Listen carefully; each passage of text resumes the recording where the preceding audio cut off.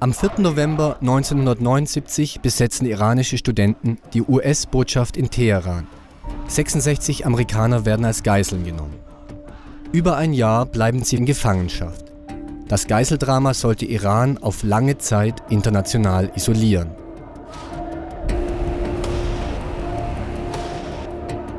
As soon as they took the hostages, I see people coming to my office at JPL and it started, oh, you took our people, you did this, you as in me. So I had to put a sign outside my door say I didn't do it.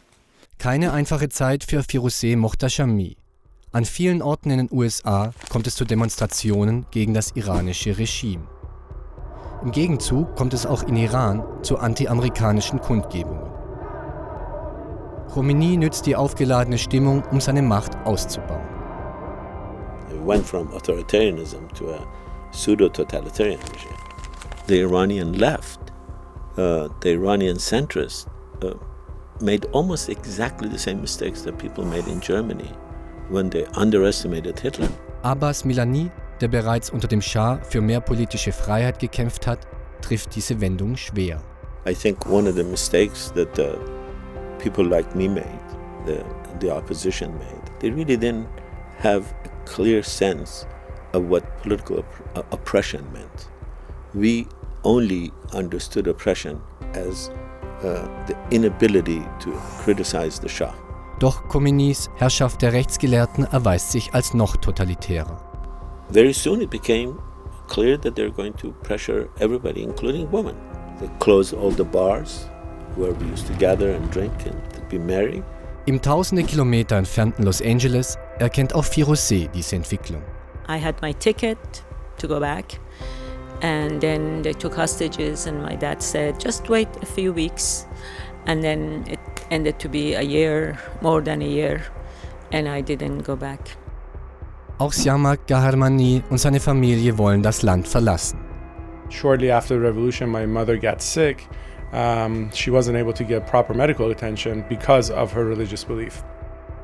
We couldn't leave the country legally because, again, as Baha'is, we weren't able to obtain passport. Iran was, for a few years, were very tight, closing the doors, making sure they capture anybody who they fear to be growing into an opposition. Neben Unterdrückung und internationaler Isolation leiden die Iraner ab Herbst 1980 zusätzlich unter einem Krieg. Am 22. September greift die irakische Armee Iran an. It was a big part of our life. Sirens going off middle of the night. I remember being woken up as a child and going and hiding under the stairs. Siamak und seine Familie wollen Iran unbedingt verlassen, notfalls auch ohne Pass. So back then you would pay smugglers that would take you to either Turkey or Pakistan. We flew to Zahedan, another city south of Iran, close to the Pakistan border, and from there we drove. They would take us with car to try to go over the border. So we got to Pakistan January 1st, 1986. My mom was in and out of the hospital until, unfortunately, 2.5 months after we got to Pakistan, my mom passed away at the age of 31.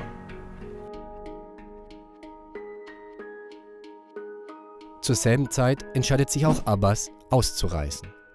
I was very unhappy about leaving. It was raining, I was depressed, I knew my marriage was broken. I was leaving behind my son. I was leaving behind Iran. I didn't want to leave Iran. I landed right here, near here, where I'd gone to school, where I'd lived, where I knew some people. I began to work literally in a restaurant to make ends meet. And then I got a job at a very small liberal arts college not far from here. And then I felt I could bring my family. Zur selben Zeit sitzt Siamak noch immer als Flüchtling in Pakistan fest. It was really hard for us to try to adapt. You're in a foreign country. You've lost your mom. You have no family. You have no support, and you're like in limbo. You can't go to school. You can't do anything. Was ihm bleibt, ist die Hoffnung auf ein Leben in den Vereinigten Staaten. Actually, January of '87 is when we left Lahore and went to I came to the US, came to LA, and we were greeted by my aunt and my uncle. Abbas, Firuzeh und Siamak. 3 Menschen aus Iran, die mir ihre Geschichten erzählen. Jede steht für sich. Zusammen erzählen sie von Ungewissheit, Umbruch und Verlust. You could really sense at the time that a kind of fascism was on the horizon. Anywhere in the world we see people uprising, we tell them, hey, before you do anything, make sure who is coming. The last time I visited Iran was December 31st, 1985, the moment I left. I haven't been back since then.